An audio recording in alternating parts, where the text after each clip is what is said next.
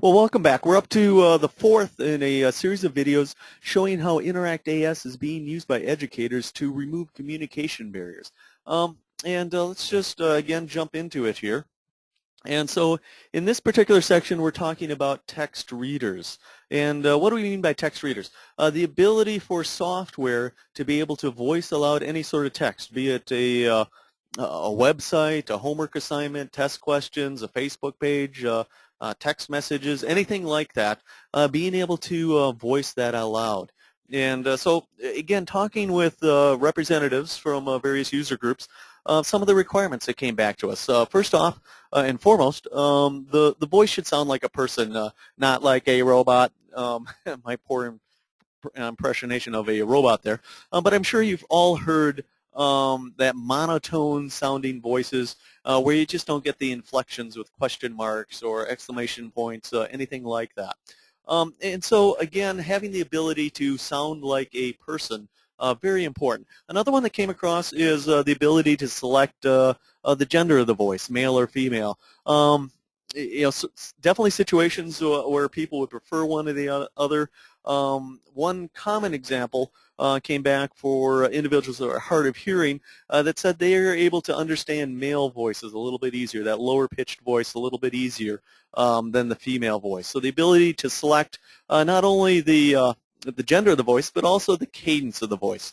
Maybe there's some sort of text page that you want to read through really fast, just kind of burn through it.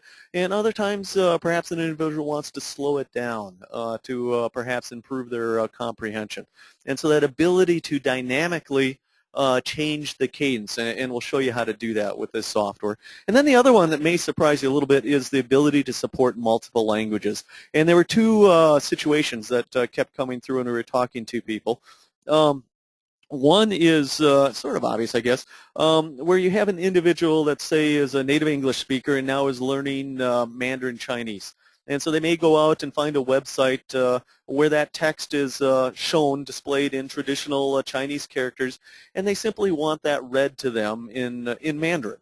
And so that way they can help with their pronunciation of that particular language. And the other one that may be a little less intuitive is, let's say that you have a student that prefers to hear things in, say, Spanish. And so when you hand out a homework assignment, what I'll show you in the next section is that you can translate that into Spanish, and now this student could have that assignment, even though it was handed out in English, read to him or her in his native language, his or her native language, in this case in Spanish. And so again, all capabilities that are built into this line of products. So let me jump out of the PowerPoint presentation and get back to where we want to focus, which is on demonstrations.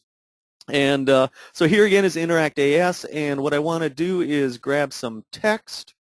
So we'll go ahead and do that. And in this case, just a short paragraph, but it can be basically any length of text. And I'm going to go ahead and paste that into the reader and have that read out loud to me.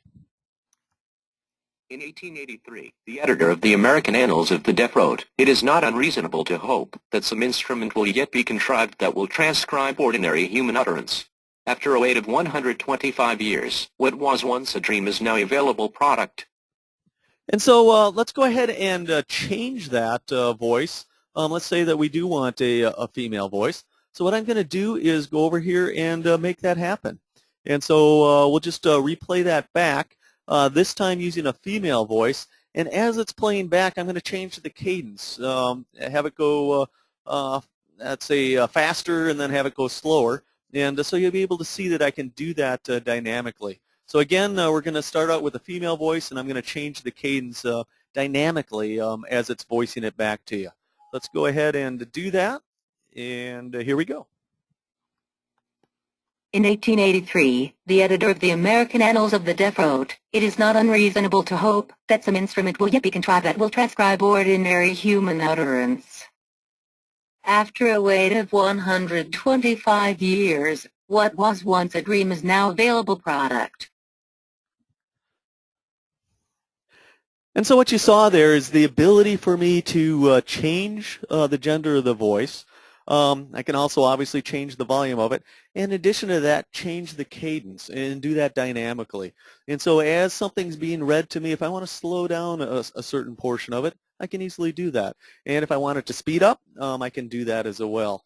And so again, let's jump back to the PowerPoint presentation.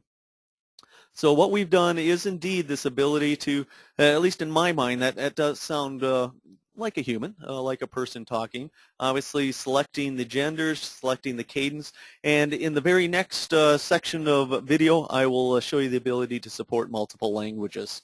So that concludes this one. On to the next.